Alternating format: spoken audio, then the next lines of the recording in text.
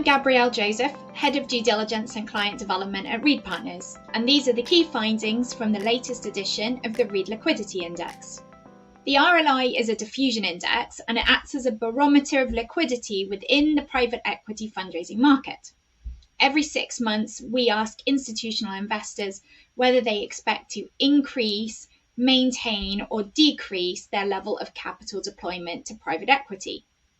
An RLI score of 50 indicates that on average, LPs will keep their deployment level steady, while scores above 50 represent an expectation for growth in the market, and scores lower than 50 indicate a contraction ahead.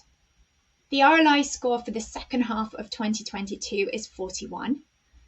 Of the LPs we surveyed, only 17% expect to increase their deployment in coming months, while 35% believe that they will reduce their commitments to PE funds. Taken together, our data suggests that we should expect a slowdown in fundraising momentum over coming months, with LPs on average committing slightly less capital to new funds than they have been doing in recent years. This score of 41 is the lowest on record since we launched the RLI in early 2017. It represents a continued sharp fall since the record high of the post-COVID boom in the second half of 2021.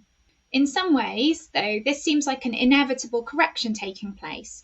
2021 was a truly exceptional year for fundraising, so we might have expected a mild slowdown, allowing the market to just revert to its long-term growth trend.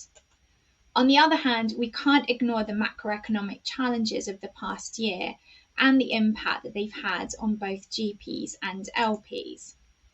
In particular, we believe that the drop in the headline RLI is largely driven by this number, the RLI for distributions. 84% of the LPs we surveyed told us they expect to see a reduction in the flow of capital back to their programs via distributions. That translates into an RLI score for distributions of 11, which is a record low and is even lower than the score we recorded during the depths of the first lockdowns in 2020.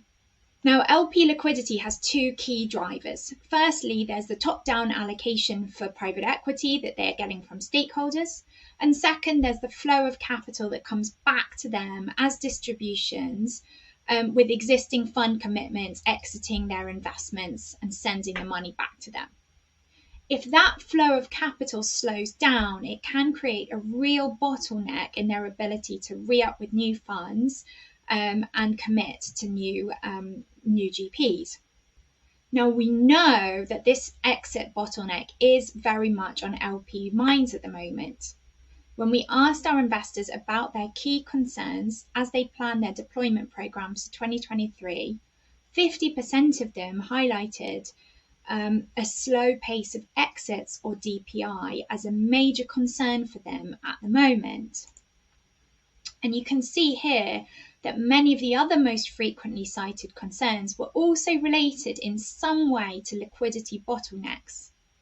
LPs are finding it really challenging to square the volume of re-ups and fund size scaling ambitions that they've been experiencing from their GPs with the amount of capital that they have available to them to invest.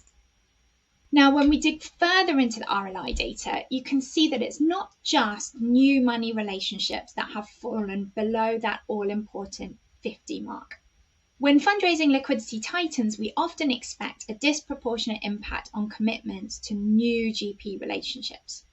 And this is borne out in our data. You can see that the RLI for new relationships has fallen to 39.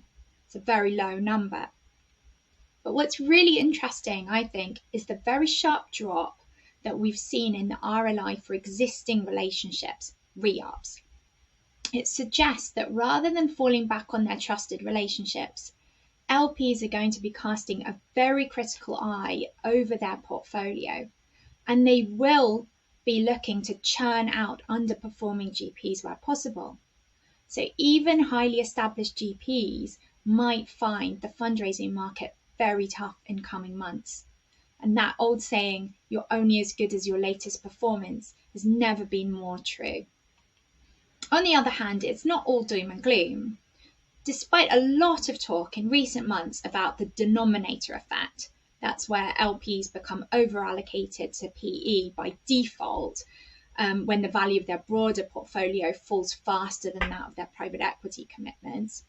Only 18% of LPs are currently reporting that they're above their target PE allocation, and almost half of the investors we spoke to are sitting comfortably in the middle of their target range right now. And this means that even after processing their re-ups, LPs expect to have significant capital left over to build new GP relationships. Over a third of LPs expect to have at least 30% of their budget left over for new GPs after re-ups have been taken care of. So, if LPs do still have some capital to allocate, where do we expect it to be directed? Our survey tells us that the big winners are likely to be lower mid-market and mid-market buyout funds. Many of the large cap GPs have already completed fundraisers over the last 18 months or so, and LPs are now turning their attention to smaller funds. And in many cases, these control-oriented strategies are being seen as resilient to macro volatility too, building the interest further in these strategies. Meanwhile, a large number of LPs are looking to increase their exposure to healthcare-focused funds. And given the limited supply of dedicated healthcare funds, we believe that these fundraisers will likely to be some of the most in demand of 2023. Sustainability and impact continues to rise up the agenda, and it's now ranked above technology as an area to which LPs are looking to increase exposure. But don't write tech off just yet. 17% of LPs are still looking to add to their often already substantial tech portfolios over 2023. Given the tumultuous economic environment we've lived through during 2022, we thought it would be interesting to ask LPs a bit about how valuations have changed over the year. When we look at what happened during the first 2 quarters, you can see that rumours of the asset class's demise have been rather exaggerated. In fact, the vast majority of LPs have seen their portfolio valuations remain flat. That's obviously a big change, though, compared to the run of write-ups we've seen recently. It is an encouraging sign. On the other hand, LPs are expecting to see write-downs start to bite over the second half of the year.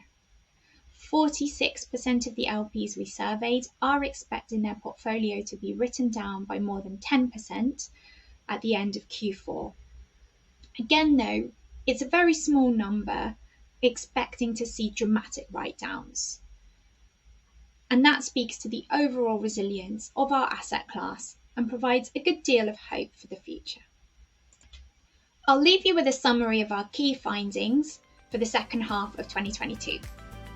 We're expecting some challenging times ahead for private equity fundraising, but there are many pockets of real opportunity out there, and we're confident that we'll continue to see robust and resilient performance across the asset class into the longer term. Thanks very much for watching this video.